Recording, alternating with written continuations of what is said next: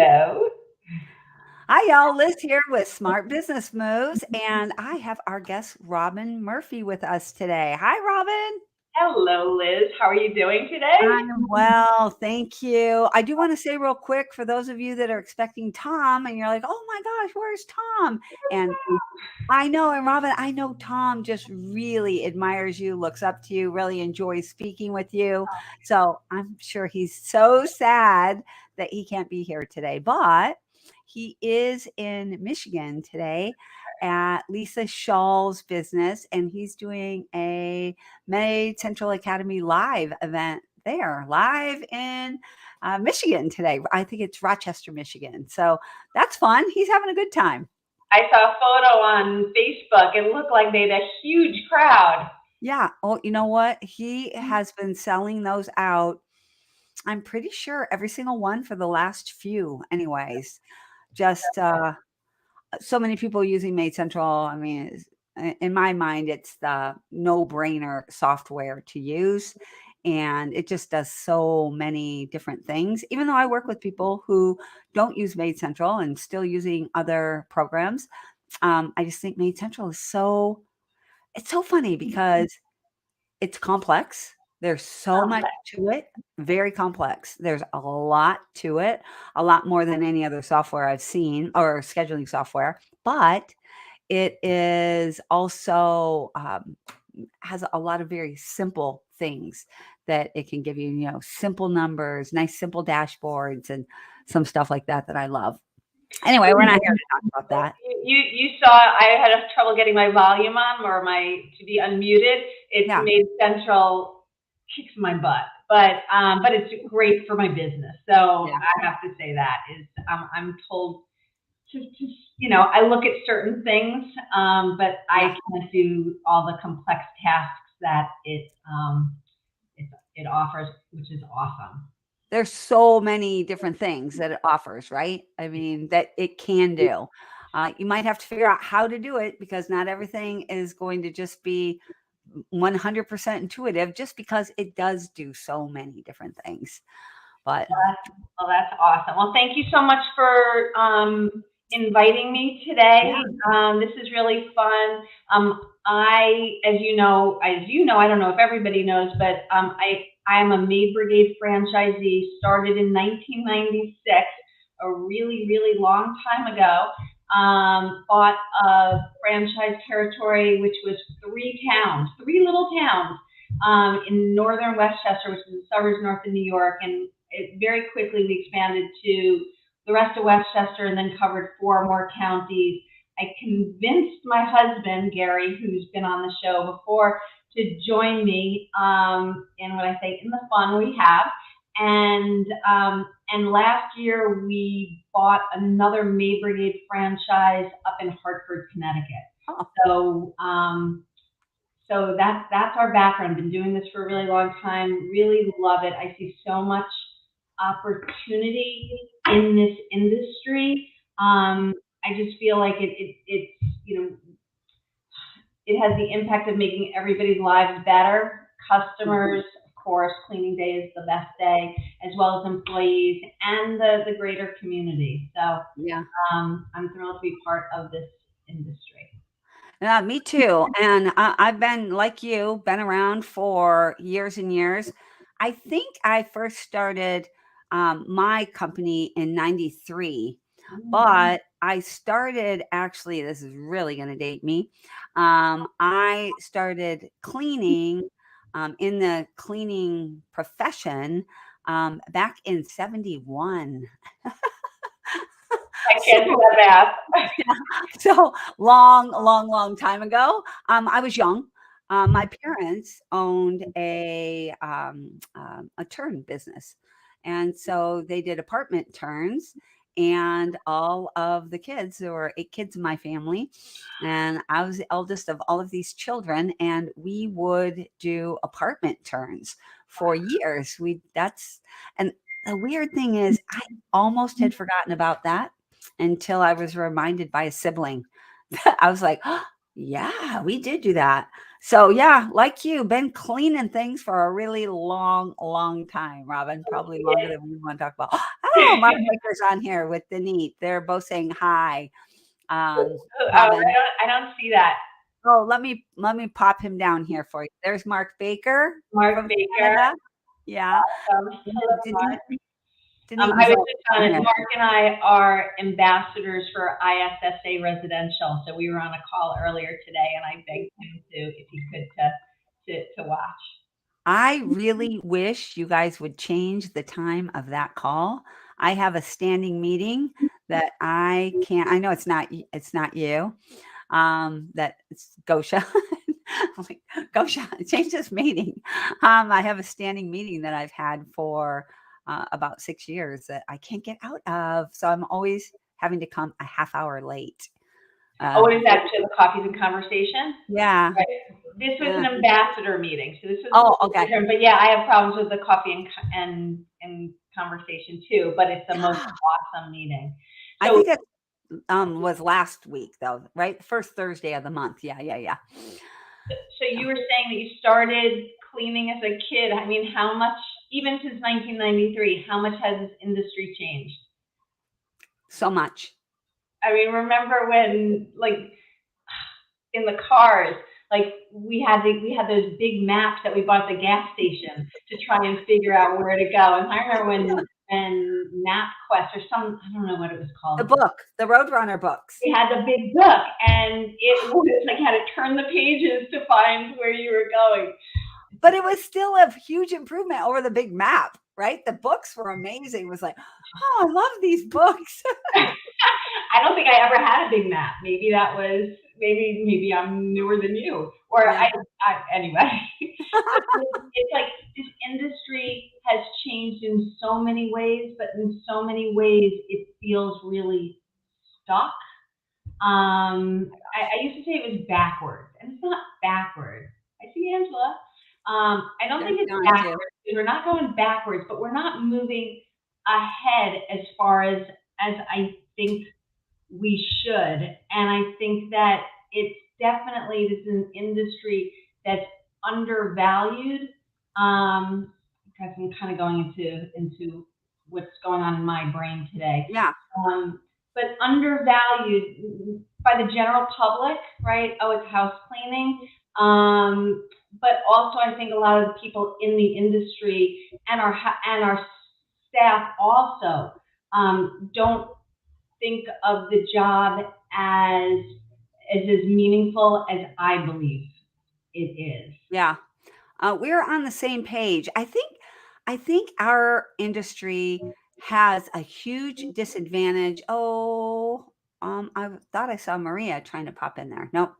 Um, Maria Dorian may be joining us today, so we'll keep an eye out for her. We have a disadvantage in that so much of what we do, and I know this is going in the face of what a lot of people think and say and want to believe, but so much of what we do can be done by people who own their homes. Now, I'm not saying it can be done to the same level. I'm not saying it can be done as well. I'm not saying any of that, but it can be done. And people think that they can do it just as well as the professionals can. I mean, I think for sure that people think that they can, and a lot of times people are being paid to clean who aren't cleaning Yeah, to this to any better level. But the idea of this being an unskilled, kind of menial lowly job, it's not when it's done right. yeah, There's lots of skills involved. There's you know technical skills and safety skills and problem solving skills and communication skills, teamwork if you're working with somebody else, yeah, and can it be done by anybody? Not really. Not to be done well. You need to be reliable, dependable. I mean, yeah, if you're paying for somebody to come into your home, you're going to want them, right? To be yeah, reliable, dependable, trustworthy, honest, healthy, because cleaning is hard work, right? It's very physical.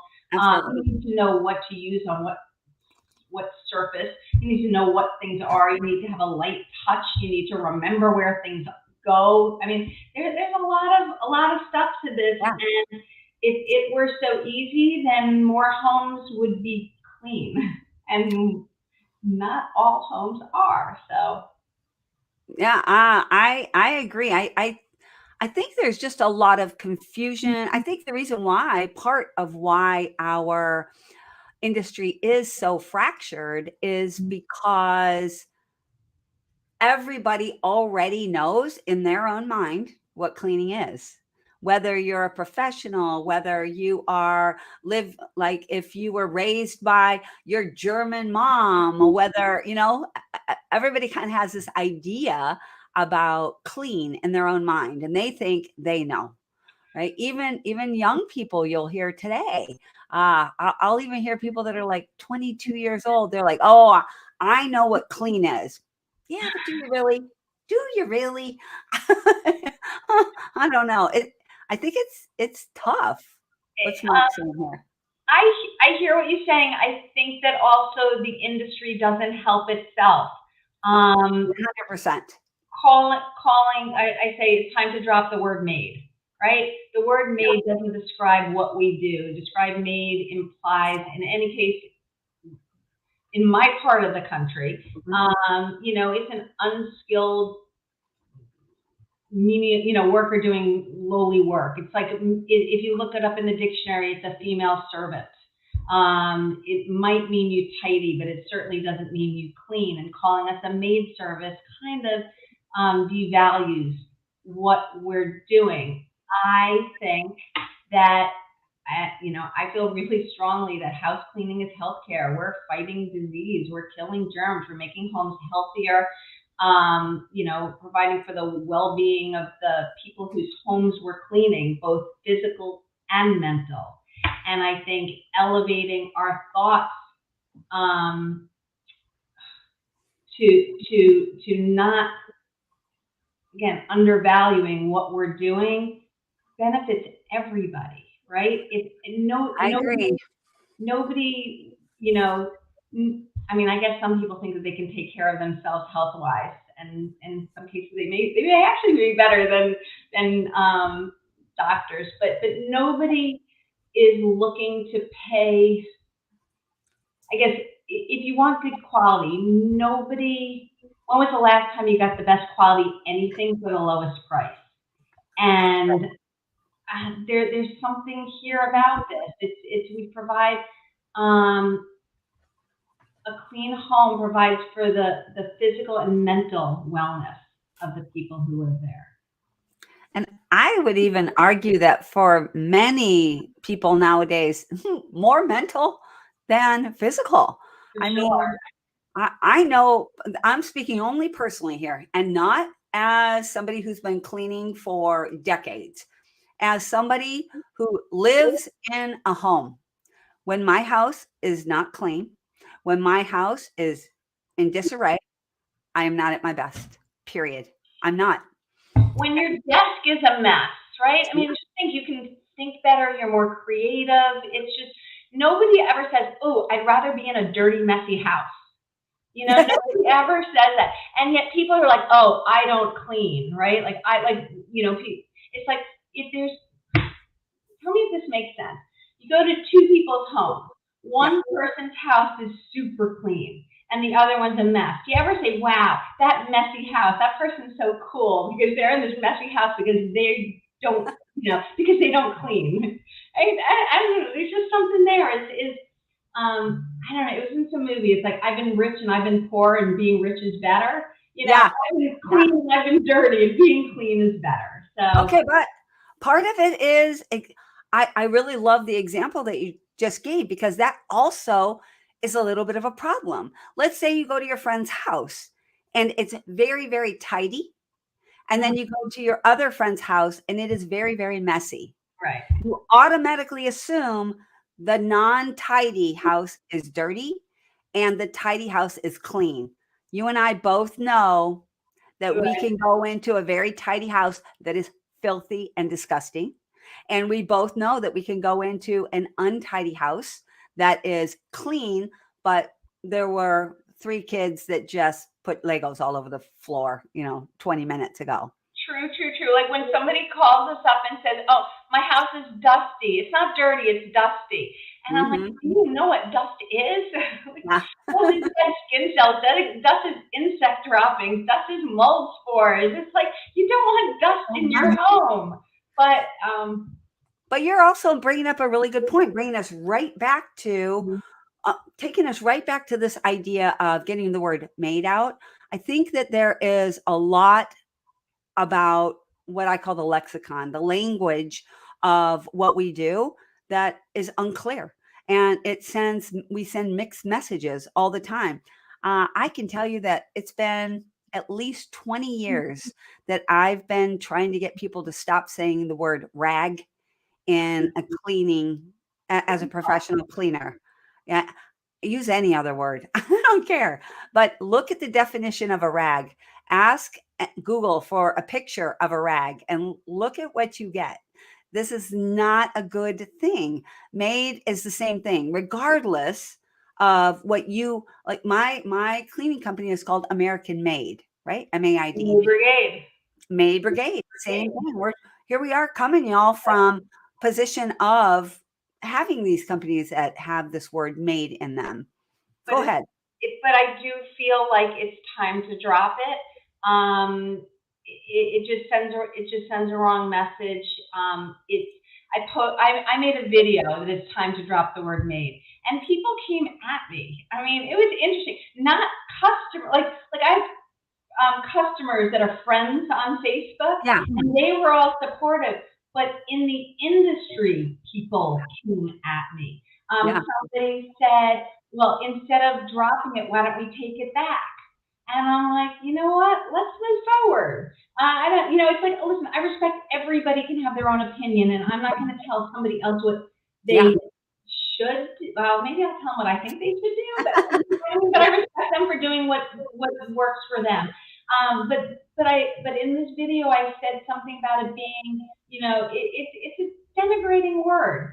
It's like servant, and nobody thinks servant is good. Like nobody would use the word servant as an elevated title. I And don't know. I got to argue that one though, real quick. What somebody about said, I have a servant's heart. I have a servant's heart. right? And I said, a Yeah. servant's heart is different than a servant. There you go. So, So, and I think we run into that problem with language, though. It is really important.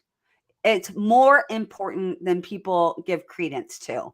And more people nowadays have a negative connotation to the word made than a positive connotation. and it was interesting because somebody else said my what did they say? They said their staff. I listen in my office. I Yeah. say this. My staff loves to hear it, right? And They love to hear what? that I say let's stop using this word. It's not right. We don't call our staff maids. Maid Brigade is a franchise, so I bought into oh, here's somebody say, be mindful of Google search keywords. Yep, sadly. No, the keyword is sadly, people will still be searching maid service near me. You know what? It's change is hard and change is expensive. It is. I think we need to start working for playing the long game. And, again, I can't tell other people what to do, but I know what I want to do. But Maid Brigade is the name of a company that I bought a franchise in 27 years ago. I recently renewed my contract. So my company name is Maid Brigade. I don't have control over that. But I did decide it was really important to me. And we started another brand where we're not using the word maid, and it's ChirpChirp. It really, I mean, talk about like having nothing to do with cleaning. But we're going with this is, a different kind of cleaning service, a different kind of home cleaning service. And we are going to work really hard to make a name for ourselves. And if somebody is Googling maid service near me, they're not going to find us, but I don't really want them to find me because I think a lot of times people are, searching, when they're searching on Google, they're looking for maid service near me is code word for, as cheap as I can get. And that's not what we are. So, and listen, I'm just talking about for me. I'm not telling It's anybody what tough. they should do. It's But tough. So going back to this idea of getting rid of the word made, I think what you're saying, your big message, Robin, is not, okay, I'm not going to be part of Maid Brigade anymore because I'm against the word made. But the idea is let's raise the level of the professionalism in our industry so that we are seen as who wrote it over here, more than maids. I think Stephanie put on here that that's her tagline at her I company, right? love More that. than maids. I love that. Yeah, absolutely. And our staff, when we're telling our staff that house cleaning is healthcare, they feel that their job matters more. I mean, COVID sucked, right? COVID was terrible in so many ways, but it was good for the mindset of my business, where we weren't closed for one day. Um, thankfully to, my staff, my office staff, and my cleaning, my cleaning pros. But we weren't closed, but they understood no more that this isn't just like tidying up for, Mrs. So-and-so. This is really, they were providing for the health and well-being of the families whose homes that they were cleaning. They were fighting, the virus. And that was really good. And so for us, we worked hard. We worked hard, and we continue to work hard on upskilling our staff, cleaning skills, the technical skills, but also soft skills. It's important to our staff to think of themselves as professionals and and act that way. And when they act that way, the customers see them better too. And customers appreciate more the work that they are providing when they can walk into a home, standing up straight and looking, the customer in the eye and introducing themselves. My staff, for the most part, nobody speaks English fluently, but it's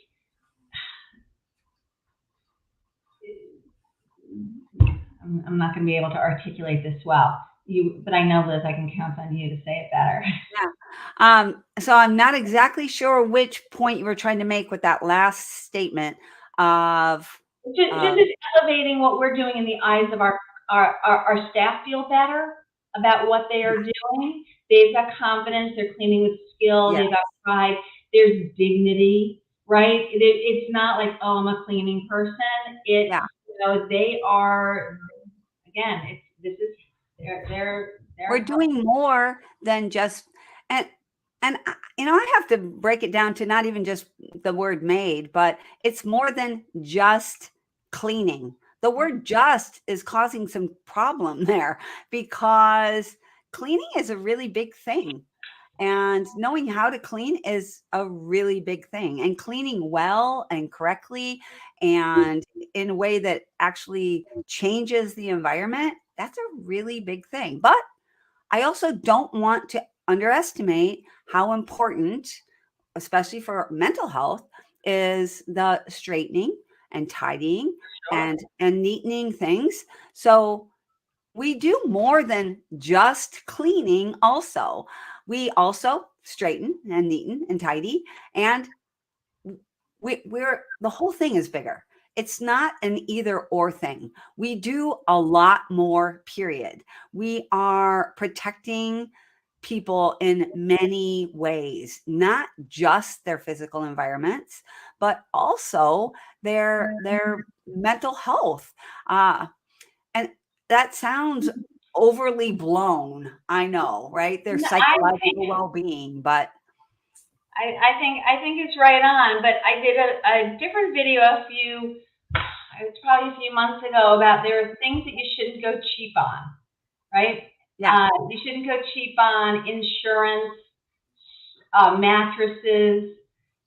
Somebody added plastic surgery. I said sushi. You don't want to institutions, but house cleaning should be added to the list because it's a really, it does take skill. You want somebody, as I was saying before, who you can trust, who's honest, who cares, who's reliable, who they're in your house touching your personal stuff. Like, why would you want to go cheap on this, right? How much you pay, how much somebody pays reflects how they value the work that's being done. And that is from our customers' perspective, that's with regard to our customers, and it's also regard to us as a company. It's the race to the bottom with like trying to be the cheapest company, right? Yeah, not good. It's not going to get you. Our staff we call them our internal customers, right? Our staff there's no paying customer that's more important to us than any one of our internal customers. And we need to make sure that our staff understand that they're valued. And again, the healthcare, raising what people earn and the different compensation packages. We shouldn't be paying minimum wage or anything close to minimum wage. We want our staff to have a reliable paycheck so that they're not worried at night, and so that they can come in the morning happy to do the job that they're doing, not worried about not being able to pay their bills. Right? Does this make sense what I'm saying? Yeah, absolutely. And I mean, now is great time for this, right? Because the whole entire country is on board with this idea. Back right before COVID. So I live in Washington State, and we have one of for many years, we had the highest minimum wage. And when our minimum wage here went up to $15 an hour, I thought people were going to lose their ever-loving minds. This was like 5 years ago or something. And everyone was told, and everyone in our industry was like, that's ridiculous. We can't. How can we ever charge that much? We're never going to be able to charge our customers enough to be able to pay that. We can't pay the same amount or why should we pay the same amount for 35-year-old women that are trying to support a family as 17-year-old high schoolers that need to buy new phones, right? It doesn't match. And what did we find? We found that that was not true. People would pay more because this is quite a few years before COVID. Now, we all recognize since COVID that people will pay more money for cleaning, that they value clean, right? And they understand to a much deeper level what clean is, and they'll pay more for it. But even back in the day, people would pay more. They did pay more for a professional service. The right customers will pay more. Right? Yes. You they value it. And that's it. It's like, I'm not saying anybody should charge a lot for crappy service. You need to elevate your service so that you're meeting, you're more than meeting your needs. I think I heard the definition of value equals more than what you're paying for. And so how can you offer as a company more to your customers and more to your staff? And we've got the paid time off. We've got the 401k. We have ongoing training. We've got the onboarding training and ongoing training, the hard skills, the soft skills. We have a dream manager where we're helping our staff figure out what their dreams are and helping them find a pathway to get it. And we are just now able to offer our staff insurance, health insurance, no deductible and no premiums. So it's a huge win for our staff, and our staff come in the office. We've got such a nice office that we built out for our staff. We wanted our staff to know they're not just working just anywhere, they're working someplace really special, and that they have to grow with the opportunities that we're going to provide for them. Is that the right word to say? Yeah. But that's it. It's like we have our our office is beautiful. Um, we have dinner every Friday night. We've got a fully stocked refrigerator every day. We've got a bevy machine. I don't know if anybody else has seen these machines, but they have them at the Delta Sky Club. Ours are nicer. Our staff come in the morning with their water bottle, and they've got our values in Spanish. And they pick what flavor water they want, whether it's lime, mango, peach, or whatever. And do they want it still or sparkling? Do they want it with caffeine? And it's just like it's treating our staff as value, as we value them, and then they are going to do that much better work for our customers who are their customers. Yes. We have we have a wait list for employees. So we've got employees who have left us for certain reasons who want to come back, and other new employees, all who want to come work for us. And anyway. This idea of employees first, right? Treat your employees well, and then they will treat your customers well. So back in the day when I first started our business, our mission statement was about your employees, treating your that idea. And I got so much pushback on that. You cannot imagine. So again, we're talking, almost 30 years ago. Back in the day, that was not a normal sentiment.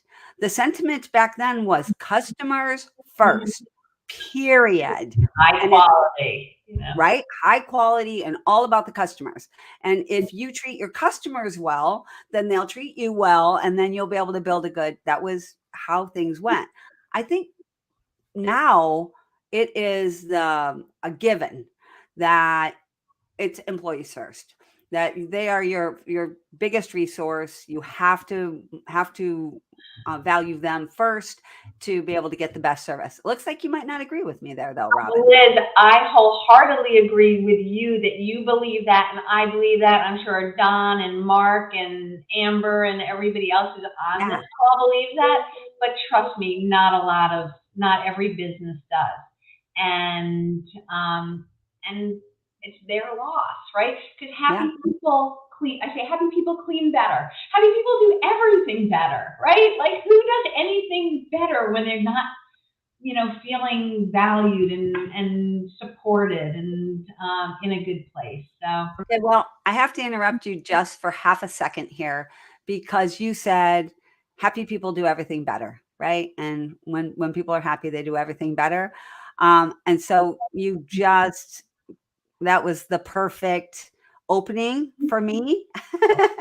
and an event and an event that we are doing. Oh my goodness, I lost you. There you are.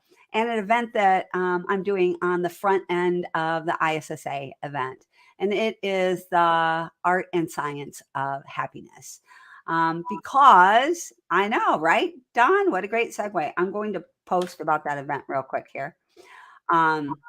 Oh, live stream. Okay. Sorry, Denise. Yes, I will. I'm mentioning that the live stream is available if you want more information about this event. But I agree, Robin, that happy people provide better service. They're happier in their lives, and they're happy to provide the service. But happiness is not as easy to come by today as it once was.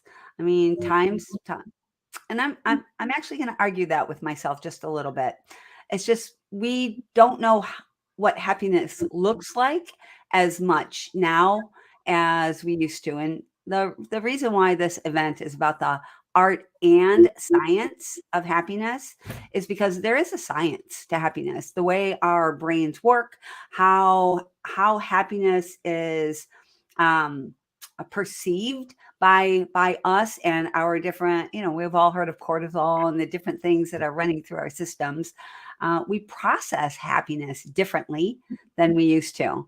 So we're going to be talking a lot about this at that event, and how to create that happiness for yourself, because so many people in our industry struggle. And you've seen this as well as I have, Robin, especially smaller businesses. They're trying so hard. They're pushing so hard. And this is a hard business. This business is darn hard. And how to maintain that happiness through that is a challenge for a lot of people. Which again, it is very hard, which is why if we charge more, you got more money to solve problems with. To do more with. Yeah. You know, so anyway, that is not my answer to your happiness, but I love what you're saying. It's, yeah, it is like, this is kind of going off on a different tangent, but you know, there are different things. It's like you can decide when something bad happens, you know, how you're going to take it. It's like, okay, cool. I'm lucky to have these problems. This is what I tell myself. I'm lucky to have these problems because now I get to solve this problem. I'm challenged with this problem. You know, and then there's somebody, I don't know, do you know who Ellen Rohr is? Who? Ellen Rohr. No, doesn't Anyway, sound familiar. she's a home service person. She's the president of a company called Zoom Dream, and she's awesome. And she says sometimes you sometimes you win, sometimes you learn. You know, yeah. But it's just a different way of like saying it. When I'm like, God, I can't believe this happened to me, or I can't believe this is going on. It's like, okay, you know, let me, you know, think about it a different way. But yeah. And how to be happy regardless of what's happening out there, because there's always going to be bad stuff happening out there for everybody. You know, right before this call was what's going on in Israel. I was really like, Gary walked in a little bit before we signed in here, and he just told me what's going on, the latest, and I was like, okay, take a deep breath. You know, it is, you know, just a huge tragedy. I'm not sure how it's going to end. But anyway, sorry. That's okay. I'm sorry that you're dealing with that, but I'm glad you're able to figure out how to move forward, because that is a large piece of bringing happiness to your own life, right? Is understanding how to work with what's out there, but not have it impact who you are inside. So, all right. Well, that's enough about the happiness. Enough about happiness. Let me just see what else. Yeah, what I was also talking about here, right? Like just, I think I've talked about everything that I thought I was going to be talking about. Sorry. Well, I have a couple of questions for you. So along with this idea, how do you recommend or suggest, or do you have any ideas about how do we bring together the idea of what clean really is? Because some people think clean is one thing, other people think it's something else, right? Some people think it's not clean if it's not disinfected. Some people think it is clean once it's disinfected, even if everything is messy. So, like, how do you deal with that? Are you talking about customers? Or are you talking about clean house cleaners? Wouldn't it be awesome if it was only customers? But it's us in our industry. We're not on the same page. I know that there's. I'm not going to be able to answer that for you. That's okay. I was just curious, like your take on this, because I think that a large part of the problem is that we, as an industry, we can't decide on, we can't agree. And you are even in the same situation. You're like, I'm not going to tell other people what to do. I don't want to tell other people what to do, but I know what works for me. Like, for example, we don't use microfiber cloths to clean with in our office. We use them to dust. I'm not saying dusting isn't cleaning, but we don't use them to clean bathrooms or kitchen, and we really mostly use them to dry. So if we're cleaning a shower or bathtub and we need to dry it, that's what we use our microfiber for, because I don't believe that you can get the contaminants out, you know. And people, we had a call, the ISSA residential coffee and conversation. We had a call. We were talking about this, and I know Mark Baker feels strongly that the detergents get it out, but I look at the microfiber cloth after they've been used, and I know I wouldn't wash my face with it. It's not clean enough for me. I want to use something that's sanitary, that we're opening up a package and using something that's brand new, and single use, right? Disposable is a dirty word, but single use. And we do call them cloths. We would never call them rags, ever. We call them trapos. That's in Spanish, which I don't know what it means. It must mean cloth, but that's the Towel, maybe. yeah. Anyway, There are lots of wiper. A lot of people. yeah. There are a lot of different words. And then we also use, for dusting, we use feather dusters, which is like a dirty word for a lot of people in this industry. But if you're using the right type of feathers, ostrich feathers, emu feathers have the negative positive charge and attracts the dust. And all right, so talk to me about that a little bit, Robin. So we have some questions here that I'm going to hit you up with too. But talk to me about, so one of the things that you like about ostrich feathers is that they attract the dust and hold on to it.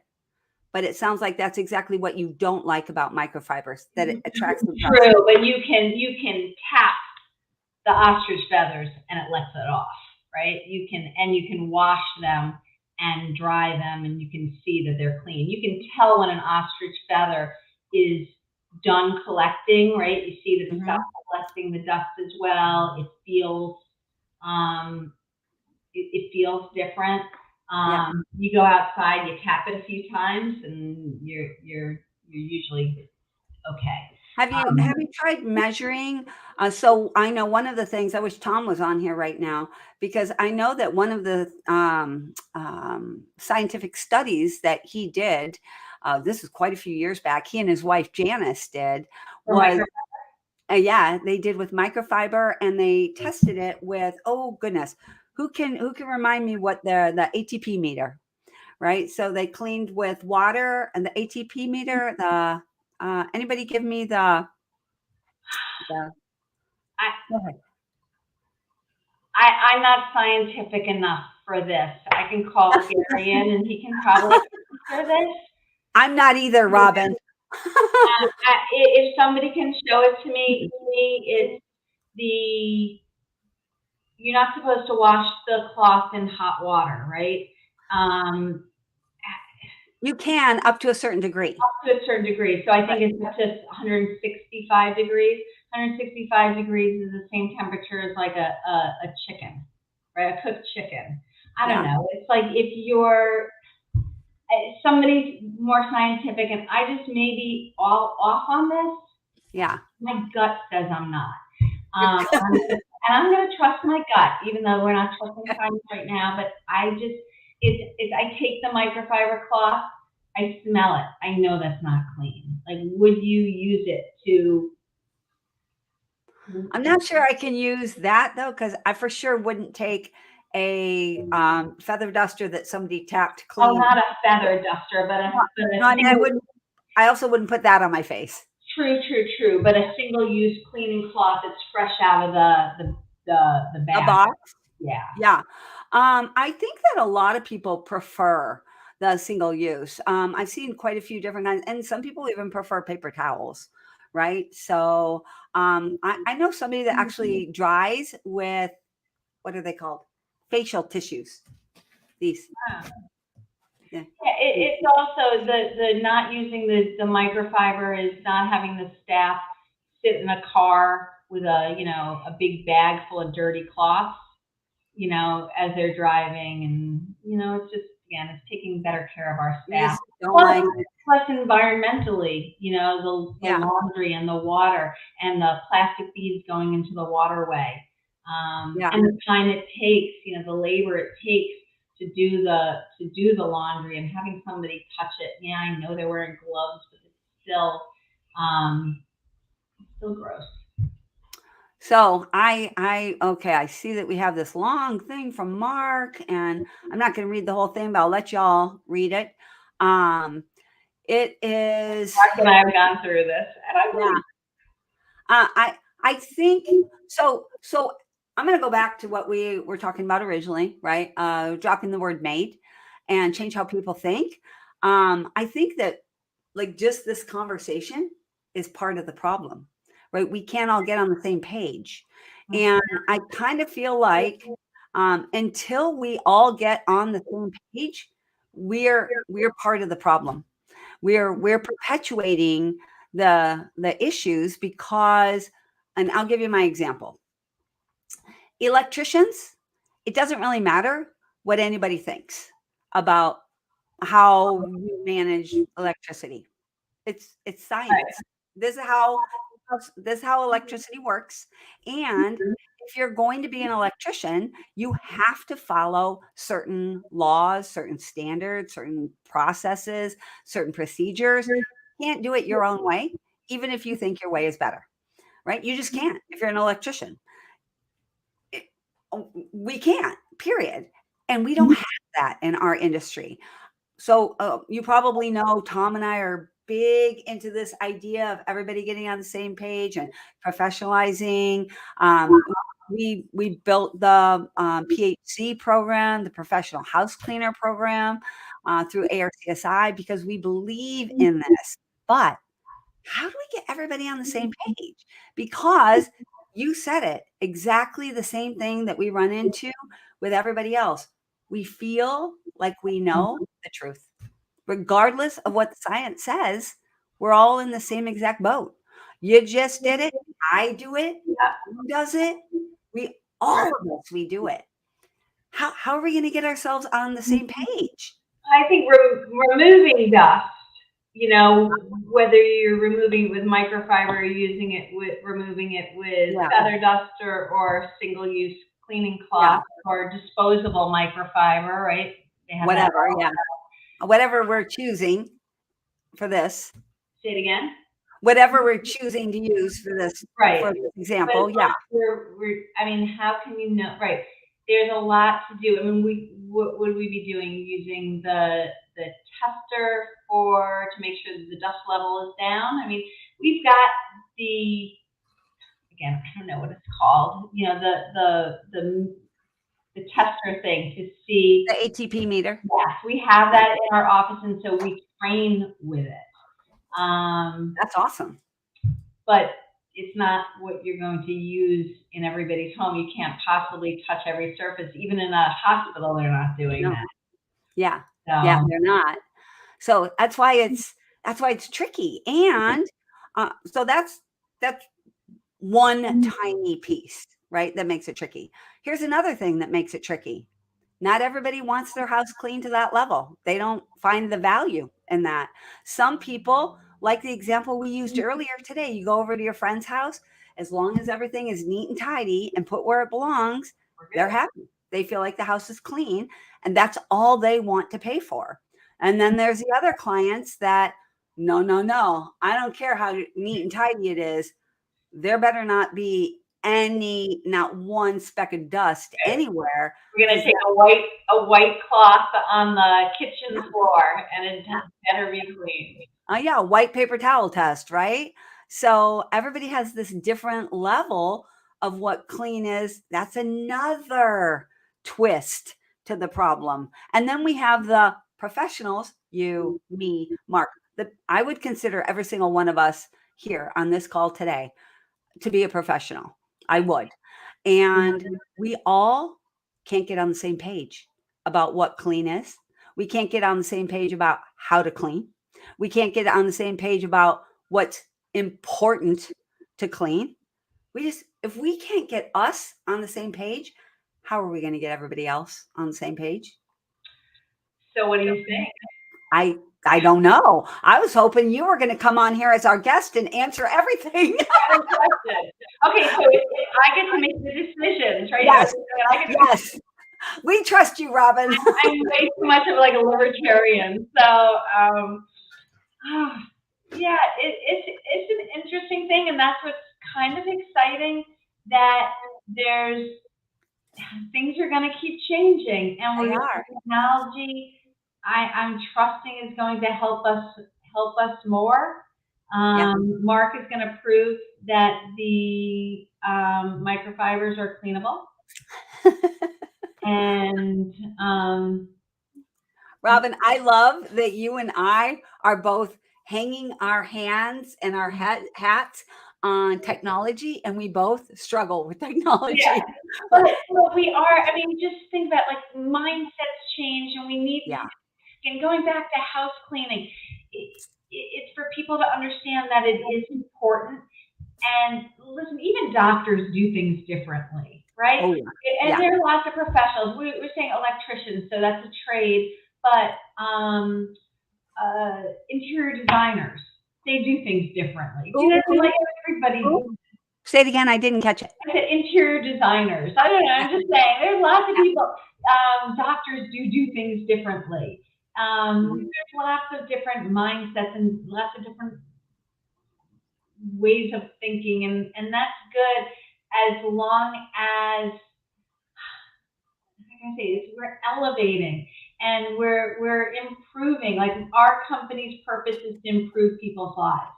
And when we say people, it's not just customers, it's our employees too. It's like I want Yeah. everybody's lives to be better. I didn't expect to be challenged this way. Oh, I wasn't expecting to challenge you, just that this is hard. I'm not. Good, but that's Yeah. it. So let's be up for the challenge and figure it out, and not Yeah. just like be happy with like, oh, we're good the way we're doing it. You know, it works. It's not. We should always be looking to improve. We should always be reaching, higher and better. And Actually, that's kind of back to what you said way back in the beginning of this call, Robin. What were things like back in when we started, right? In 1993, 1996? What we're not doing things the same way that we did back then. it was funny. I was listening to a video, and it was 1993 at Burger King. They were interviewing people. Have you seen this video? They were I haven't. interviewing people. This is 1993, interviewing people about using a credit card at a fast food restaurant. And people are like, that's crazy.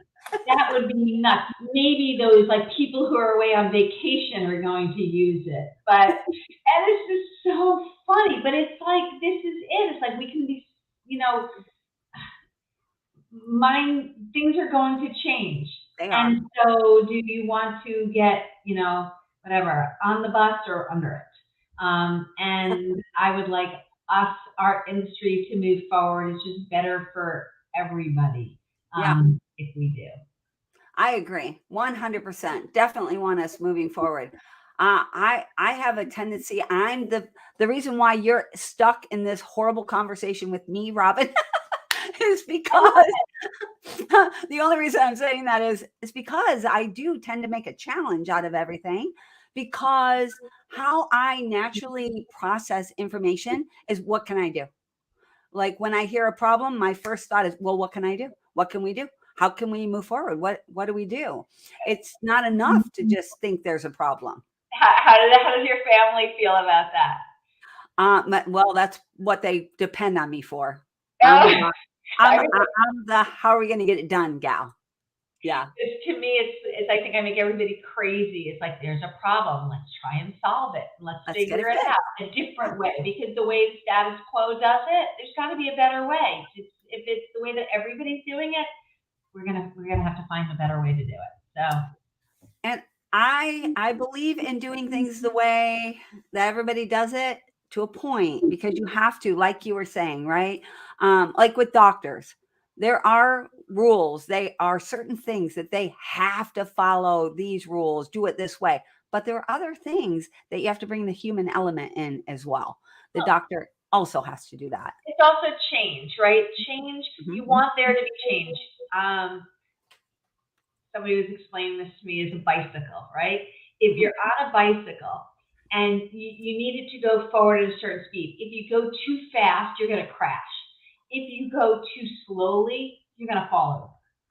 So it's figuring out what the right speed for change is so that Yeah, people, grab on. There's also the different levels that, different people, some people are always standing on line at, the Apple store to get the new release. yeah, And, there's whatever, the different stages of people and how they, whatever, like accept or like or gravitate towards Yeah. you.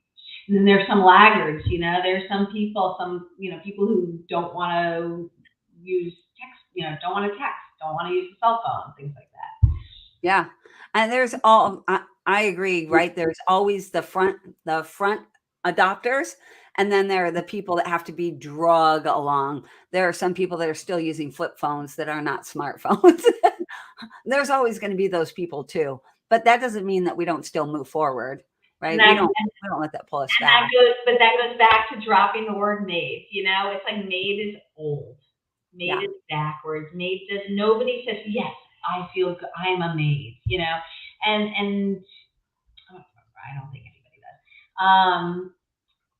Yeah, I just think that mindset is how to, and what is the right name. I posted on my Facebook that I was on this, on my own Facebook page that I was going to be on this, and a client wrote, I say housekeepers, is that bad? I say the housekeepers are going to be here at such and such time. Is that bad? And I'm like, no, that's not bad. Housekeeper, house cleaner, it's just a gendered, cleaning girl, cleaning lady, maid. That part you just don't like. Just grates on your every last nerve. It just doesn't move things forward. How about that? Yeah. Yeah. And that's what we need. I definitely think that, especially in the last 2 decades, the word maid has fallen out of favor. And it has a different connotation now. And go ahead, Robin. I'm so sorry. And then somebody posted, I'm not sure who, said, so but people are Googling maid service near me. And it is true. I think I've talked about this before. I'm with the new brand ChirpChirp. We have decided to be willing to not get those, not have those, use those keywords. If somebody's looking for that, they're not going to find us. Yeah, but they're going to find other stuff, right? They're going to find something else that's better. We're trying. This is all new, but we're trying to do things differently and market differently and attract the people who are looking for us as opposed to looking just for anybody. Gary posted the share for anybody that wants to see those Pro Series wipers. Check it out there. And there's also, and somebody says it's like environmentally friendly, use single use. It's like no cleaning cloth is the microfiber isn't biodegradable either, and these are, at least the ones that we use, are made in Connecticut as opposed to China. So and don't go through the wash and don't have the plastic beads and blah blah blah blah blah. Anyway, all the stuff. Okay, so I guess we got to wrap it up here. I feel like this is the topic that we could talk about all day, all night, and this isn't changing. There's a lot about our industry that needs work, and we're all on the same page that we need to lift our entire industry up. That nobody's has an argument about that. So regardless of if you like microfibers or you like single use, or if you believe in rags or cloths, or if you believe that clean is tidy or clean is only disinfecting, regardless of any of that, we all have to get on the same page of let's lift ourselves up. Let's lift each other up, even when we maybe don't agree. Because there's more that we do agree about than that we don't agree about. We're more alike than we're different. We have to stop focusing on only what's different. For sure. And our competitors too. It's like there's enough. I'm friendly with my competitors in my area. Also, there's enough for all of us. We all do things differently.